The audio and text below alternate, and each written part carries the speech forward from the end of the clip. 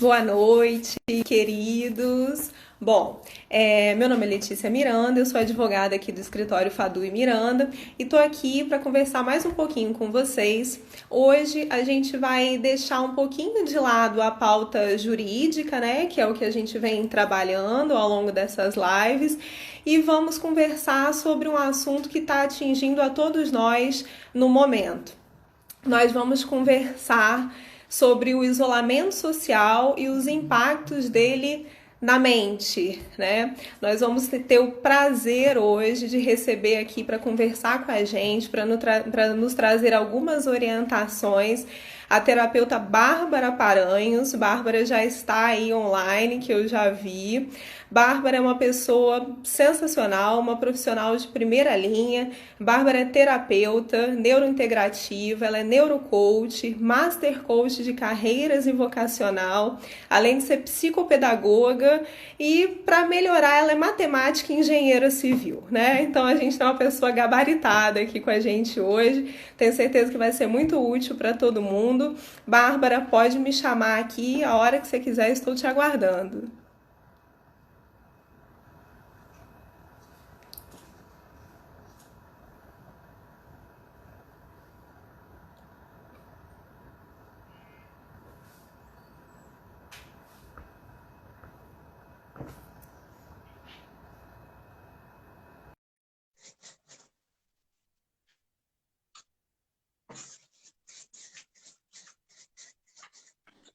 Estamos aguardando a Bárbara. Acho que ela está entrando aí agora.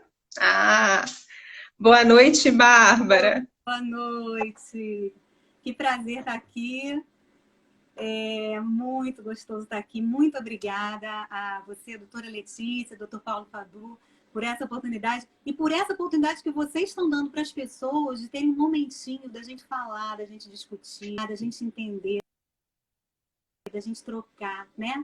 Porque é um momento de muita troca, de muita partilha e que a gente consiga fazer desse momento um momento assim de força, né? Um momento de entendimento, de compreensão do que está realmente acontecendo do lado de fora e dentro da gente, né?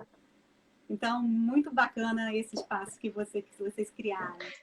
Sim, o prazer é nosso. A gente, embora seja uma página jurídica, né, do escritório, a gente achou que nada mais justo do que trazer para esse momento esse debate, né? Porque ele atinge a todos nós, o direito caminha com o fato social e a pandemia não deixa de ser um grande fato social.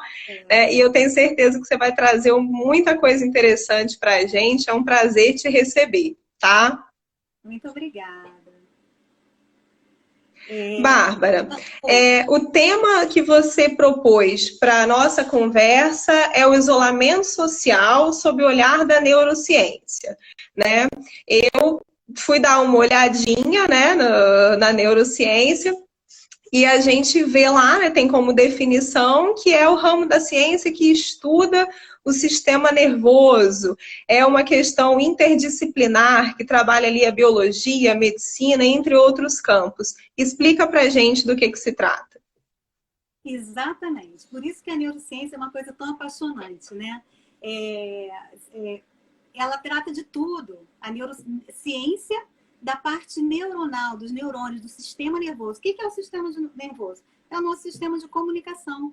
Comunicação interna dos nossos órgãos, dos nossos hormônios, dos nossos estímulos, né? E a comunicação externa com o meio ambiente. O que a gente vai receber de estímulo, como a gente vai reagir com aquele estímulo, né? Como a gente vai reagir emocionalmente, reagir racionalmente, né? Então, a neurociência é muito encantadora e a gente pode olhar a neurociência, ela tem muitas vertentes, né? Tem a vertente física, a vertente comportamental, que é a vertente que eu trabalho, tem a neurológica, a fisiológica, então, ela é muito ampla, né? Então, ela é muito rica de conteúdo e muito, assim... Eu espero que esse momento, assim, seja um momento muito gostoso, para que seja, assim, uma coisa de entendimento mesmo, né? Porque o que é a neurociência? Ela está viva em todos os lugares. Então, se você compreende, se você tem todo esse entendimento, é como uma máquina. O que é o nosso cérebro? Uma máquina super potente. E aí, cadê o manual?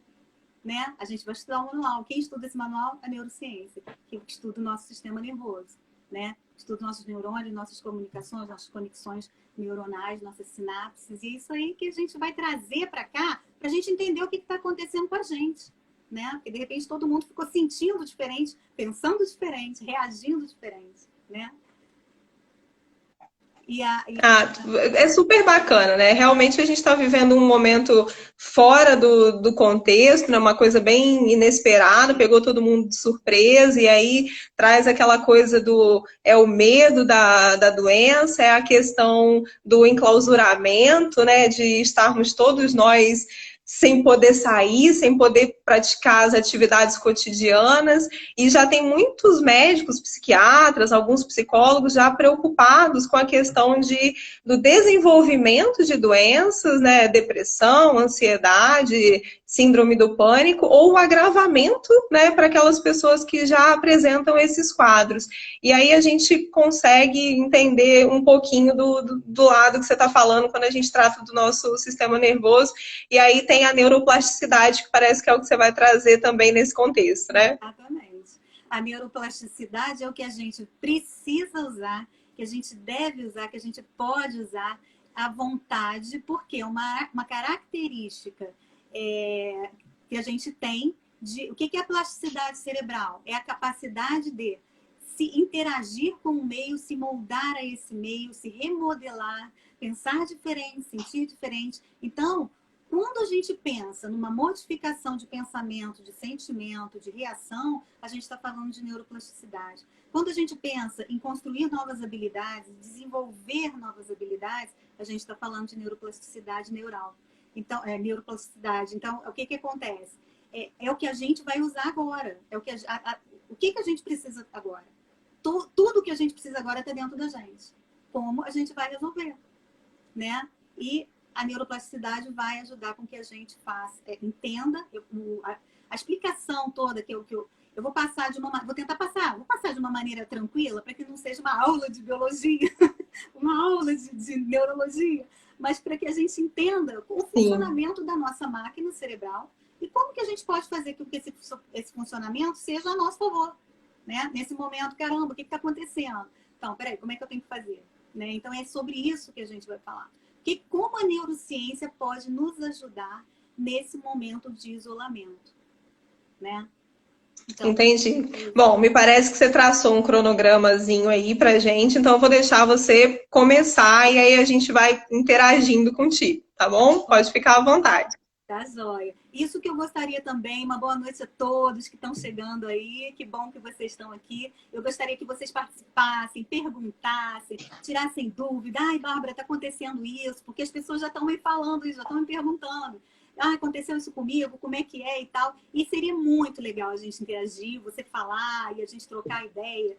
E aí, vamos fazer uma conversinha assim bem gostosa, tá bom? Vamos lá, então. Vamos entender o que acontece com o nosso cérebro quando a gente recebe uma ameaça. O que é uma ameaça? É uma situação que coloca a nossa vida, a nossa sobrevivência, a nossa segurança em jogo. Então, chegou uma ameaça, né? E aí, naquela coisa de ameaça, você recebeu essa informação e você recebe, a gente pode falar que nós temos um cérebro emocional e um cérebro racional. O cérebro emocional, ele vai receber aquilo de uma maneira tão intensa que ele vai provocar reações físicas. Então, quando você leva um susto, o que acontece?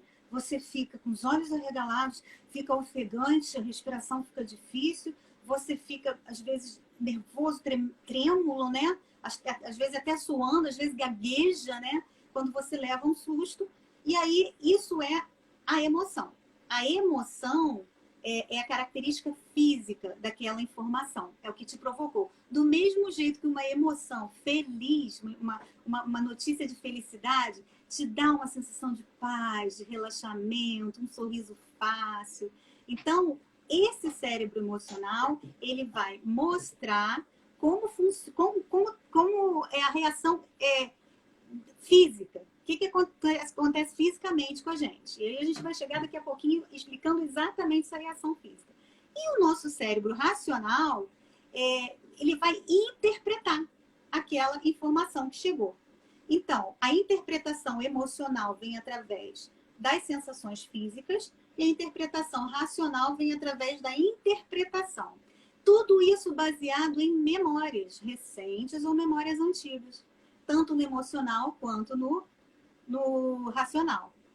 E aí, quando a emoção é muito forte, extremamente forte, acontece uma coisa chamada sequestro da amígdala, que a amígdala é uma parte do cérebro, diferente das amígdalas da garganta, que ela é responsável pelas emoções, né? Ela é ali que funcionam as emoções, no todo o sistema límbico ali. Então, a gente chama de sequestro da amígdala porque ela sequestrou a razão. Você fica a emoção, né? Emocionado é a palavra, você fica tão cheio de emoção, de sensações físicas, que você demora a raciocinar. Ela sequestra o raciocínio. Então, tem até um ditado que o pessoal fala assim: se você estiver muito triste, muito feliz ou com raiva, não tome uma decisão nesse momento. Porque você está com o sequestro da amígdala. Então, a emoção sequestrou a sua razão. Sequestrou a sua razão, você começa a interpretar de uma maneira diferente da que seria a maneira correta, natural. Você interpreta com muito mais intensidade. Por exemplo, quando você recebe uma situação que te causa medo, todo mundo está vivendo uma situação que causa medo, porque é uma situação que provoca um ataque à sua vida, né? Você coloca a sua vida em jogo. Meu Deus, o que vai acontecer? Ou então você vai ficar sem dinheiro. Então é uma questão de saúde e uma questão econômica. Duas questões básicas para a sobrevivência humana, né? Então, a emoção que gere isso tudo, ela está sequestrando o seu raciocínio. Então, está todo mundo com o raciocínio mexido, com a interpretação mexida. A gente pode observar como as pessoas estão com os nervos à flor da pele. As pessoas estão sentindo coisas, falando coisas e a ponto de brigar por qualquer coisa, de chorar por qualquer coisa. Então, isso é uma coisa que está acontecendo naturalmente nesse momento. Porque todas as notícias são de que tem uma ameaça potencial em relação à sua vida, né? Então, pode falar.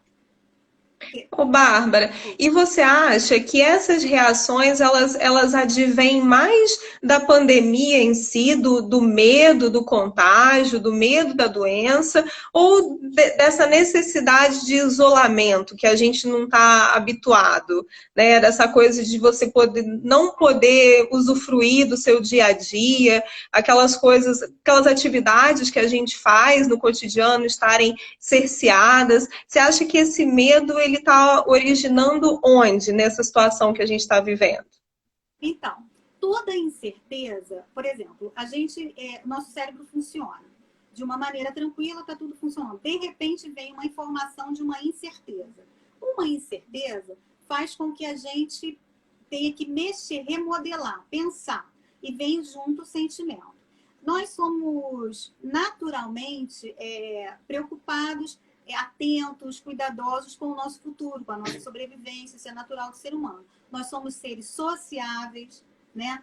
E o que aconteceu nesse momento? Tanto a questão emocional quanto a questão racional, elas ficaram impactadas ao mesmo tempo. Então, ao mesmo tempo que vem uma ameaça, a gente foi cerceado do direito de ir e vir, né? Vamos dizer assim, né? A orientação por que foi assim? Você tem uma ameaça. A nossa ameaça é um inimigo invisível. Não tá fácil de ver, ele não é fluorescente. Eu até brinco assim, esse bichinho tinha que ser fluorescente, que aí as pessoas iam saber onde que ele tá, né? Mas não é. Sim, é verdade. Não é? Então, mas ele não é. Então, assim, é um inimigo invisível. Essa questão de ser inimigo invisível causa na gente uma estranheza ainda muito maior. Essa estranheza vai provocar o quê? Ou uma negação ou um pânico.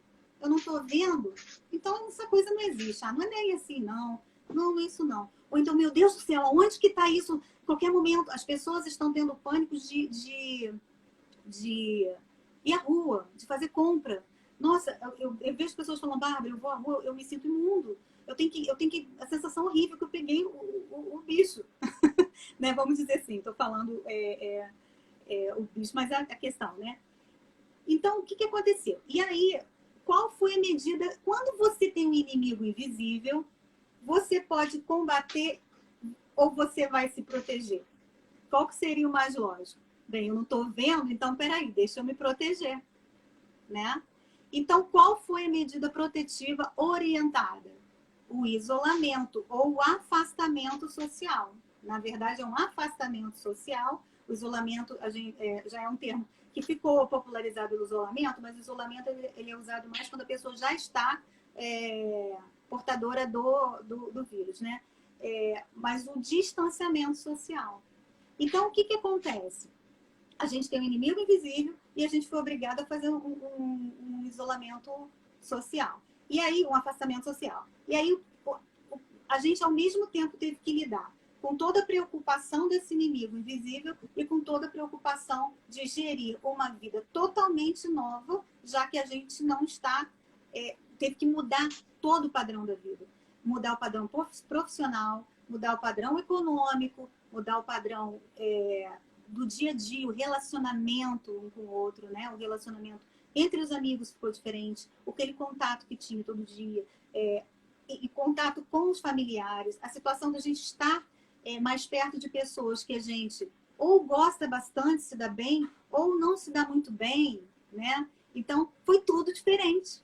Então, o que aconteceu? Junto com esse isolamento, junto com todas essas características, causou uma total estranheza ao nosso sistema nervoso.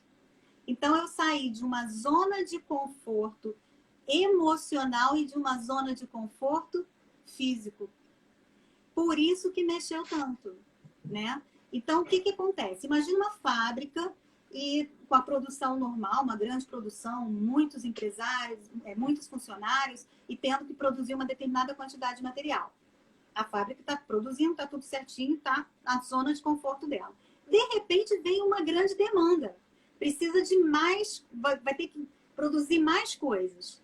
E aí, para produzir mais coisas, ela precisa de mais maquinário, ou usar algum maquinário para outro tipo de atividade e locomover pessoal para outra área, para que dê conta, remanejar, reestruturar, traçar uma nova estratégia para que dê conta nessa nova demanda. E aí é o que está acontecendo com a gente. Nós estamos com uma nova demanda, mas tanto no campo emocional quanto no campo racional. Então, nós ficamos exatamente soltos no ar, saímos da zona de conforto dos dois lados. Quando a gente sai da zona de conforto, tanto emocional quanto racional, o que acontece? A gente ficou sem chão. Então, essa ansiedade generalizada, essa depressão, essa tristeza, a gente ficou com as características do luto ou da perspectiva de morte, né? Porque as notícias são uma perspectiva de morte. E são as mesmas características de uma pessoa que tem um luto. Aqui, quais são as fases? A negação, a raiva, a barganha, a depressão e a aceitação. Enquanto a gente estiver negando, enquanto algumas pessoas estão negando que aquilo acontece, você não reage, você não resolve o problema. Enquanto você está negando, você está morando no problema. Quando você começa a entender, aceitar, peraí, isso é uma questão de compreensão, de entendimento. Eu só consigo elaborar uma solução a partir do momento que eu entendo o problema. Eu não consigo elaborar uma solução se eu não estiver entendendo o problema, né? Então, assim, eu posso até falar um pouquinho também da área das exatas, né? A gente vai resolver um exercício de matemática, chamado problema, né? Que eu até falo com os alunos, é um desafio. E aí, eu só posso resolver se eu entender o que ele está pedindo. Então, de repente, se eu estiver negando, aquilo eu não consigo resolver. Enquanto eu estou negando e não estou conseguindo resolver, eu continuo dentro de quê? Da ansiedade, do medo, da depressão, da raiva e de todos Porque é normal você sentir ansiedade, é normal você sentir... É normal, são sentimentos que a gente sente, né? Mas o que não é normal? Eles serem sentidos acima, a ponto de atrapalharem o andamento da nossa vida, né? A ponto de atrapalhar o funcionamento, saber o que vai acontecer. Então, você ficou com uma perspectiva realmente de morte. Morte de quê?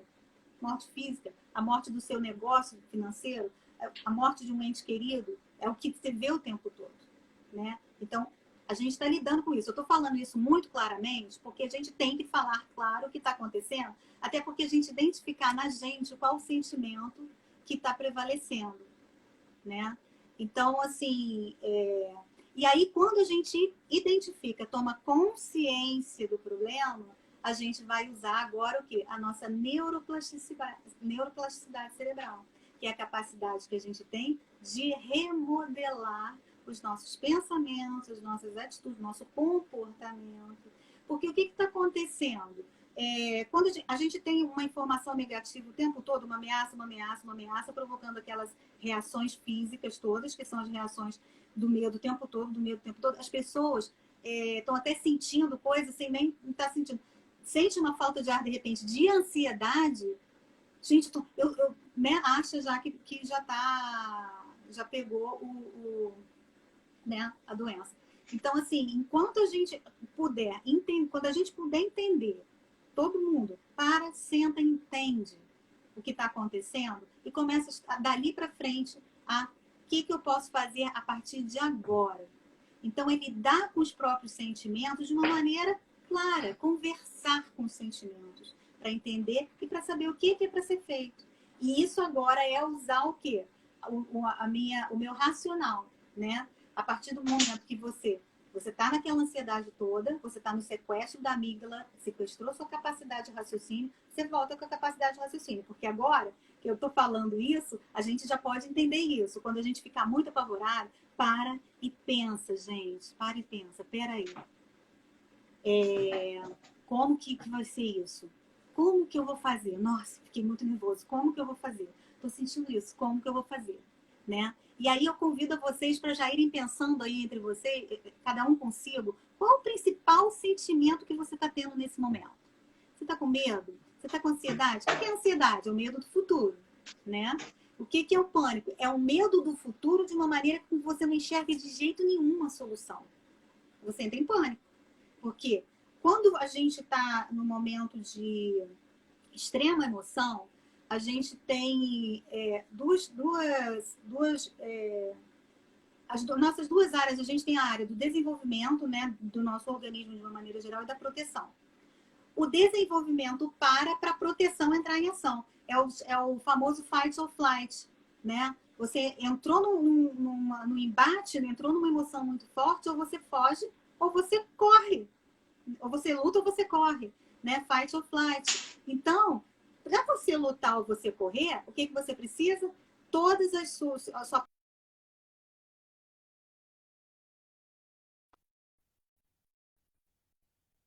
pernas para os membros, para que eles tenham força, ou para atacar ou para correr. E aí, para o seu desenvolvimento, para você ter forças para ter aquela reação. E aí, quando para o seu desenvolvimento, o que acontece? Você queima a sua imunidade, que é o que a gente vai falar agora também sobre a imunidade emocional, né? Então... Porque algum grau, né, Bárbara, de ansiedade todos nós temos, né? Não existe ser humano completamente isento de algum grau de ansiedade. Agora, a preocupação é o quanto ela vai desenvolver e aumentar nesse período a ponto de se tornar uma patologia a ser tratada futuramente. Eu me considero uma pessoa super ansiosa, sempre fui, mas não patologicamente ansiosa. E tem aquela questão do medo também, né? Eu tenho bronquite, mas nunca passou pela minha cabeça morrer em função da bronquite. Mas aí agora já existe uma associação que te dá um medo. né? Então, realmente, tratar isso com carinho ao longo desse distanciamento, para que não se torne um problema futuro para cada um de nós, é algo bastante delicado e importante, né? Antes mesmo dessa pandemia, o Brasil já é considerado um dos principais países do mundo em níveis de pessoas com alta ansiedade, pessoas com alto nível de ansiedade. Então, nós somos ansiosos, né?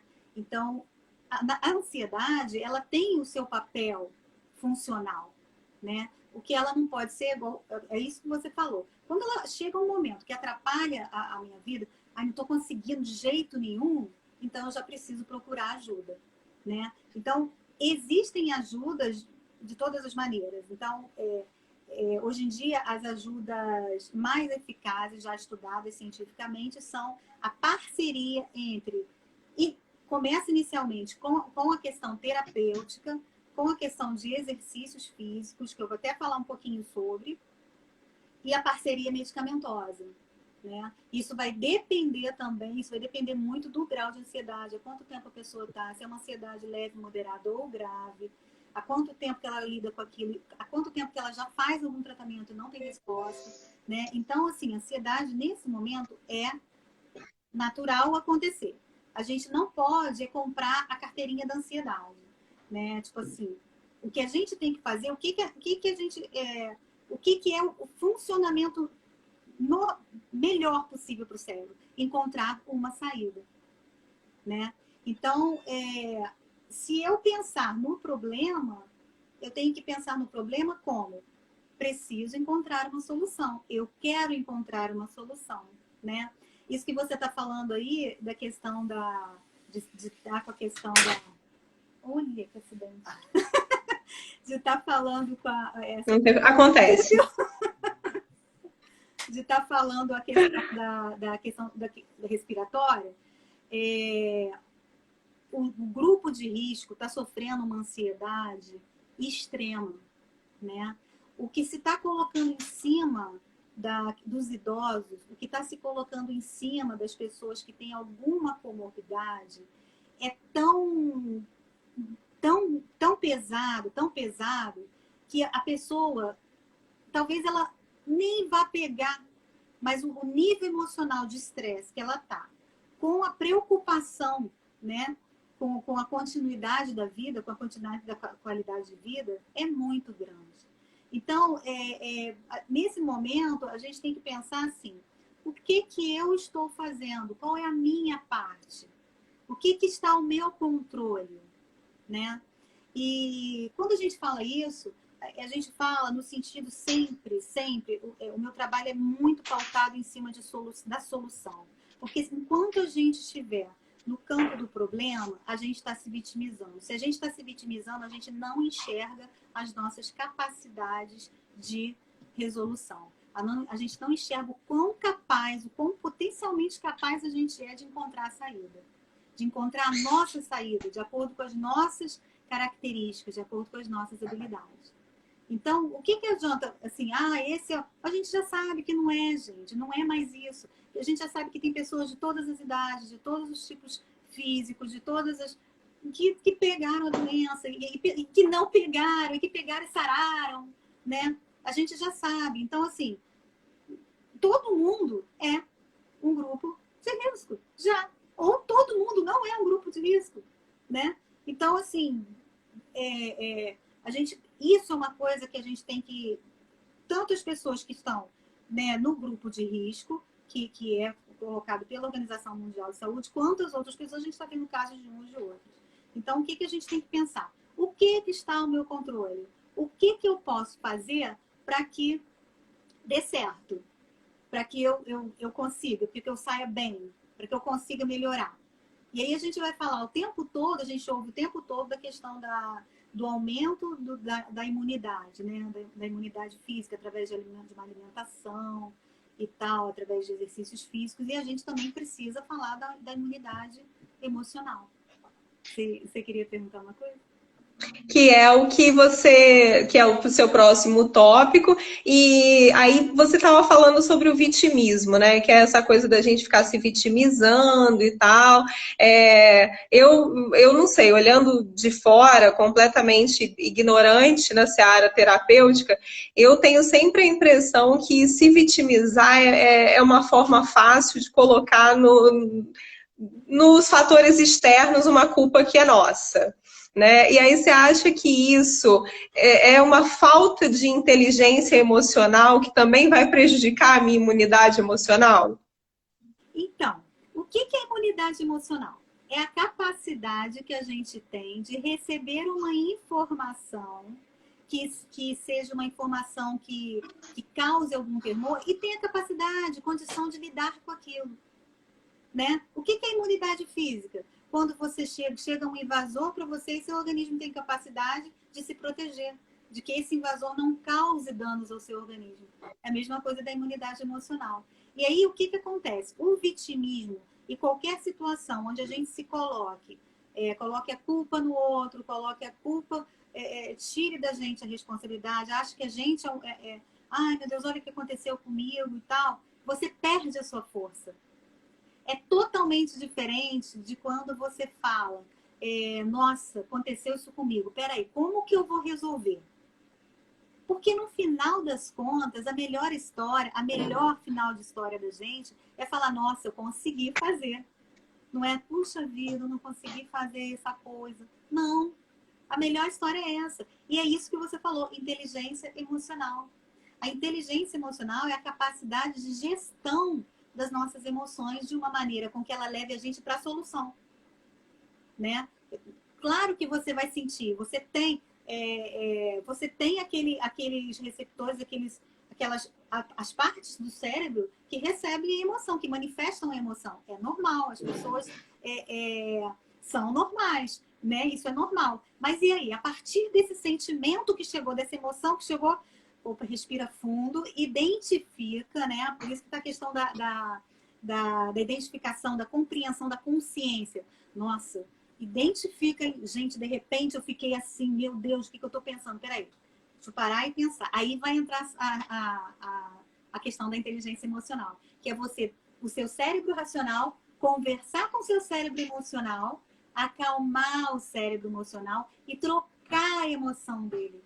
De uma emoção de medo, de temor, de ansiedade, de pânico, para uma emoção de tranquilidade, harmonia. E aí os dois juntos vão encontrar a melhor solução. Isso dentro da física quântica, a física quântica explica o estado de harmonia. É o estado inicial para se resolver qualquer coisa. O estado de harmonia, a gente consegue entender, fazer esse elo de ligação para os dois trabalharem juntos, o cérebro e o coração, o cérebro e a emoção, né? Então, quando a gente consegue fazer com que os dois trabalhem juntos, eles vão trabalhar em busca da solução. E aí, a gente aumenta a nossa imunidade emocional, que é o quê? A nossa capacidade de passar por uma situação desafiadora de uma maneira equilibrada e harmoniosa.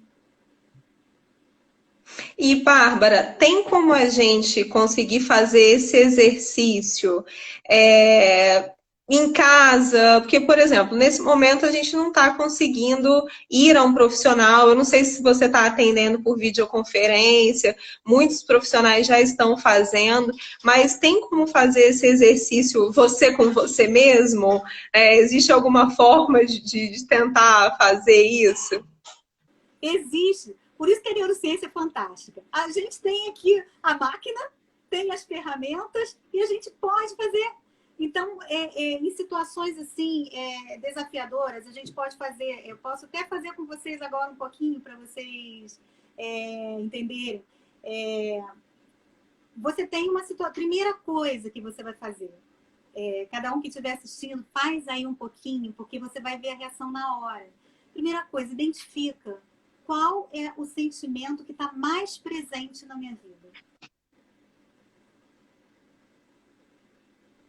Estou ansioso, eu estou com medo, eu estou com medo por causa disso, assim, assim. Cada caso vão surgir 1000 casos, né? Porque como você falou, eu continuo fazendo atendimento online. Então, só surgem 1000 casos, 1000 preocupações e coisas que, assim, completamente diferentes do universo das pessoas, né? Cada pessoa num universo com a sua preocupação, com o seu medo, com o seu temor, com a sua dor, né? Então, pergunto, qual é o meu principal sentimento? Eu vou dar um exemplo aqui. Ah, eu tô com muito medo de pegar... ou, vamos supor, tô com muito medo porque eu sou uma pessoa que eu tenho que trabalhar, eu sou uma pessoa e tem idosos e crianças, e tem idosos na minha casa, né? E pessoas e crianças com problema respiratório e tal. É do que eu tenho. Então, cheguei nesse medo, o que eu vou resolver a partir desse medo? O que eu vou fazer? Conversar com ele. Tá, vamos lá. O que eu posso fazer nesse...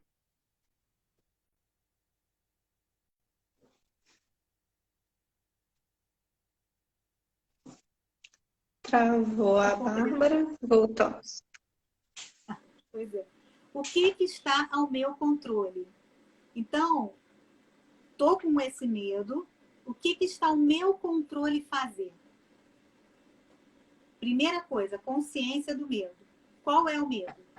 Então, identifica o medo. É muito importante isso. E se não for medo, identifica a tristeza, identifica a ansiedade, identifica o que você está sentindo. A partir daí, o que eu posso fazer a partir desse momento? O que está ao meu controle? Está ao meu controle a medida de proteção, está ao meu controle, se eu puder, fazer o afastamento social, né? Está ao meu controle. O que está ao meu controle? Sair o menos possível, proteger as pessoas, estar de máscara perto das pessoas, né? Então, escreve.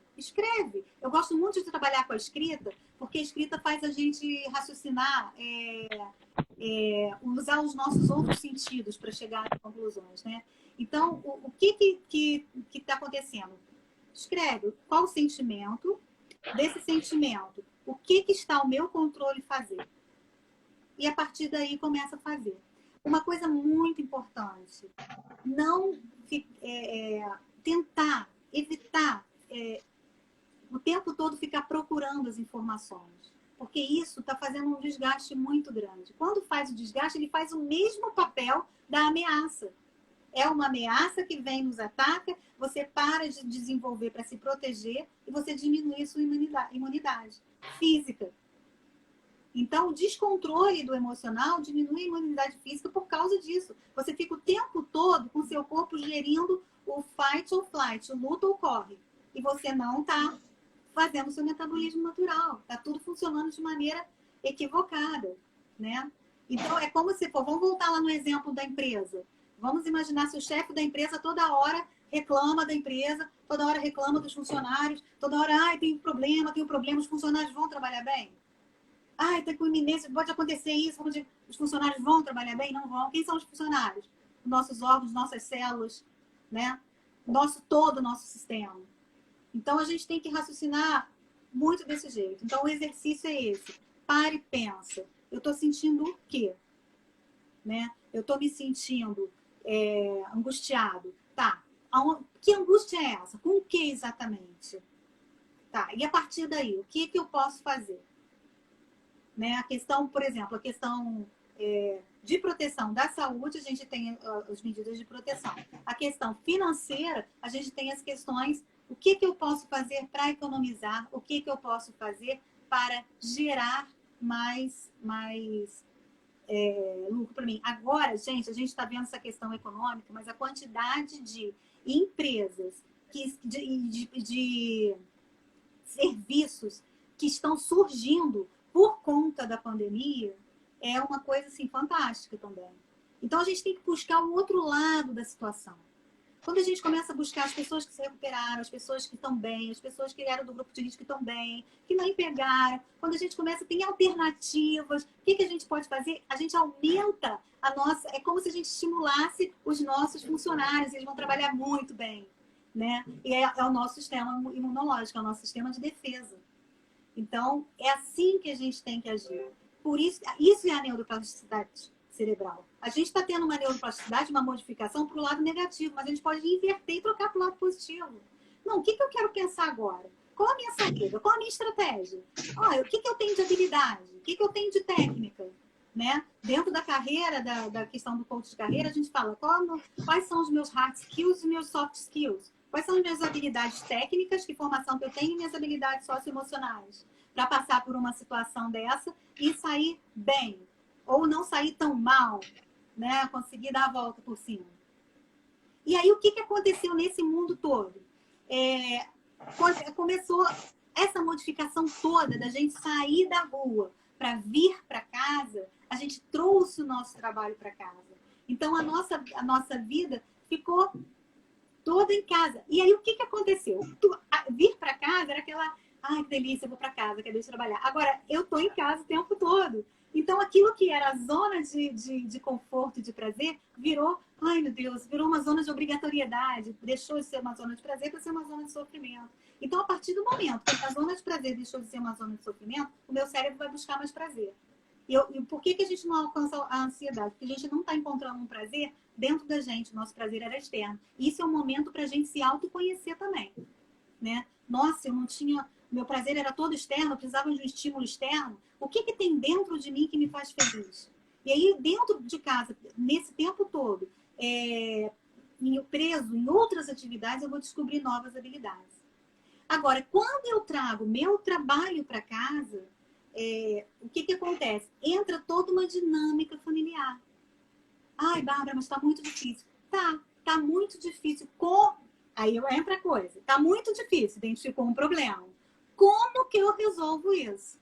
Porque todos da família estão se sentindo ansiosos, preocupados, com medo. Então, todos têm suas dores. Todos estão carregando suas dores. Então, como que eu vou administrar a minha dor e a dor dos meus familiares? A dor das pessoas que moram comigo, que convivem comigo, que estão passando também dificuldades junto comigo, dificuldades emocionais ou dificuldades econômicas. Né? Vai de novo. E aí a gente entra numa questão também que é a complexidade da convivência, né? O estar dentro de casa por um período tão longo traz um pouco de... É aquele desafio, né? É identificarmos o desafio. Embora a gente, em regra, está cercado de entes queridos, né? Pessoas que a gente ama, a convivência é extremamente próxima, né? E diária, né, ali 24 horas, ela traz esse desafio também, né? E aí eu vi aqui que você tem umas dicas e umas técnicas para trazer para a gente aqui.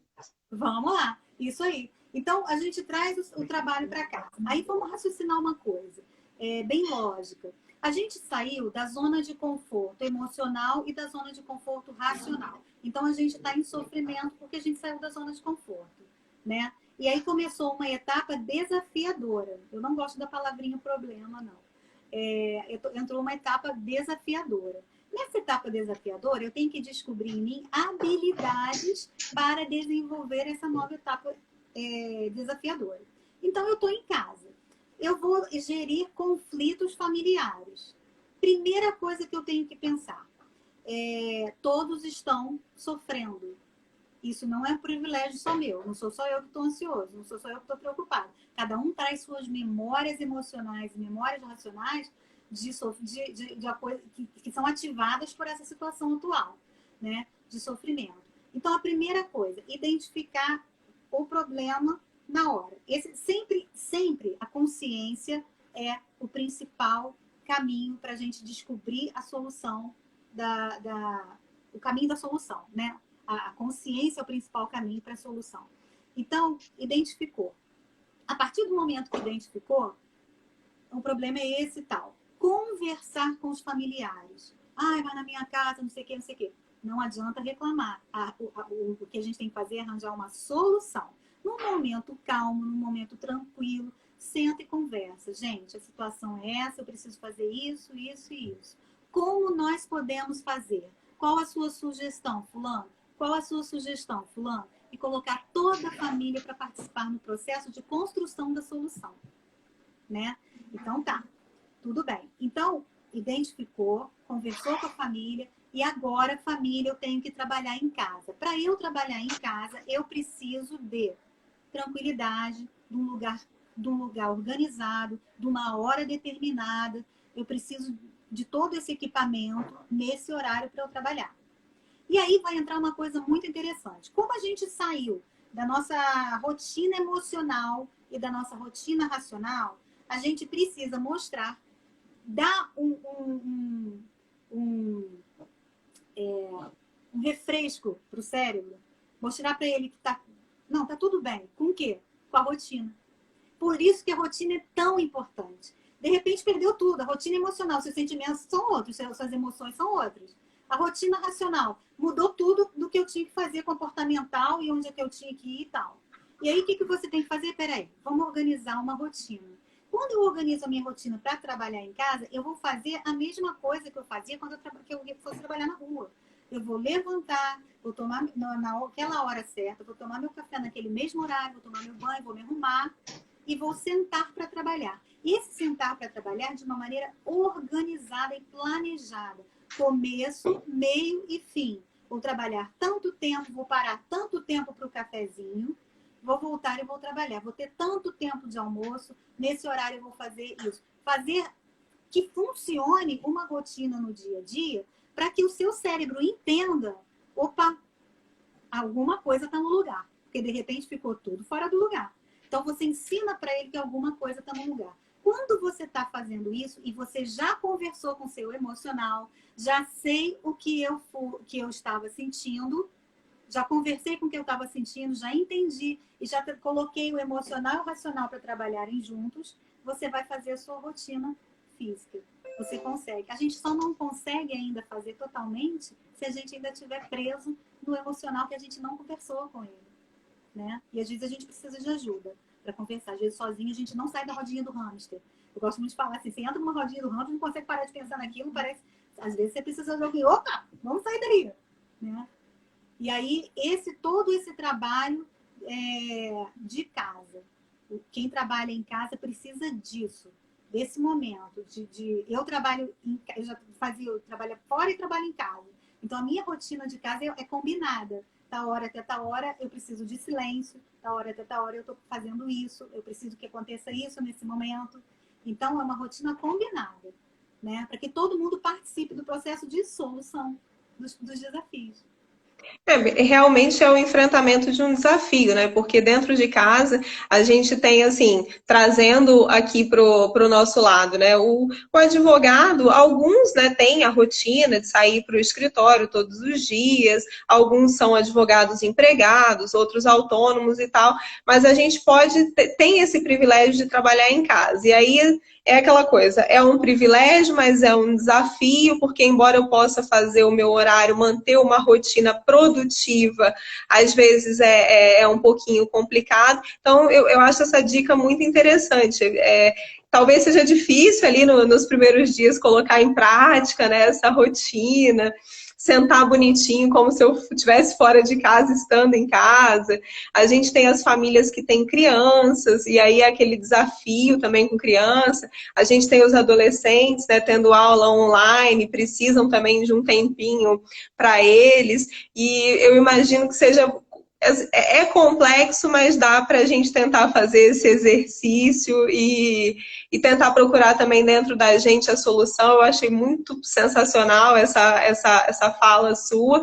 Eu não sei se tem alguém que tem alguma dúvida específica que queira fazer.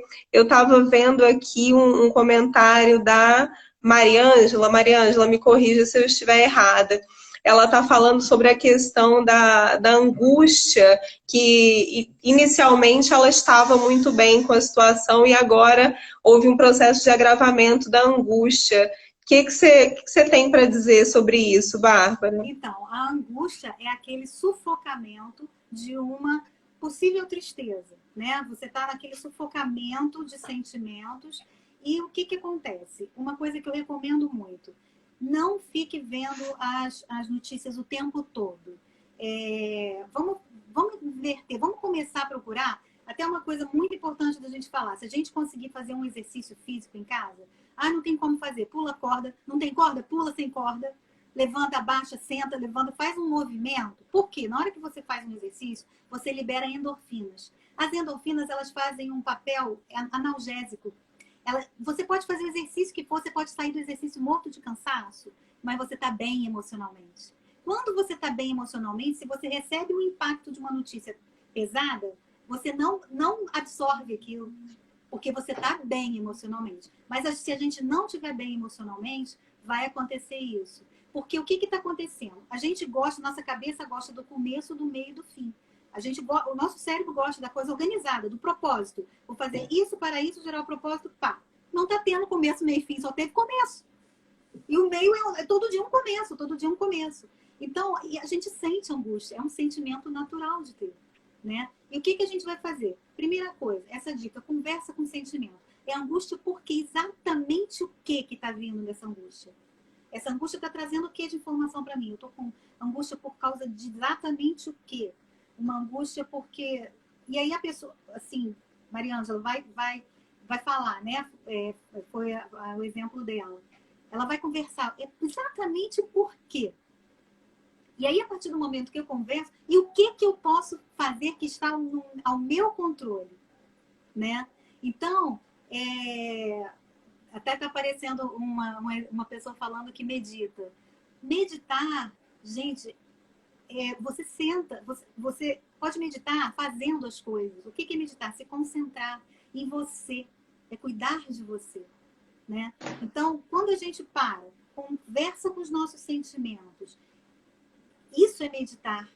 Isso é cuidar de você, estar em atenção plena. A gente está vendo muito a questão do mindfulness, que é a atenção plena. Você se concentrar em cada coisa que você está fazendo, porque agora você tem 1000 coisas para perder o foco. Então, se concentre, cuide de você com carinho, né? Converse com o seu sentimento, para que vocês juntos, o seu racional com o seu emocional, encontrem uma saída, para que você saia de toda essa situação que a gente não sabe quanto tempo vai durar, mas a gente precisa cuidar da gente em primeiro lugar. Então vamos evitar as notícias trágicas. Se você quiser ver uma notícia do dia, você faz o exercício antes, fique bem antes e vai lá, assiste aquela notícia, acabou. Depois começa a procurar notícia boa, para se alimentar mentalmente de coisas saudáveis, né?